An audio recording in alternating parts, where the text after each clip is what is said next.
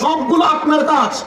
আপনি ঘুমালেন কাজ কার, আপনার গোসল করলেন কাজ কার, আপনার খাইলেন কাজ কার, আপনার ড্রেস করলেন কাজ কার, আপনার সংসার করলেন বিয়ে করলেন কাজ কার, আপনার চাকরি করলেন উপকার কার, আপনার। তা আল্লাহ যে আপনার 60 বছর দিল, আপনি 20 বছর ঘুমে, চাকরিতে আর সংসারে 17 বছর, গোসলে খাওয়ায় 10 বছর, জন্মের পর থেকে এমনি খেলতে দুলতে 10 বছর, মালিকের 60 বছরের হায়াতে 57 বছর চলে গেছে।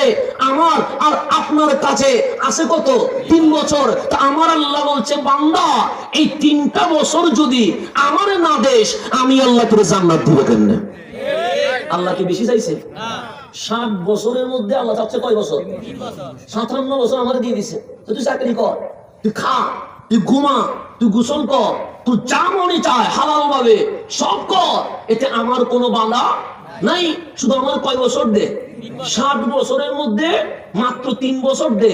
এই 3 বছরও যদি আমি ফেসবুকের টাইমলাইন, ইউটিউবের ভিডিও, কনসার্ট, নাটক, সিনেমা এগুলোতে চলে যায়, তো মালিক আমার জান্নাত দিবে কেমনে?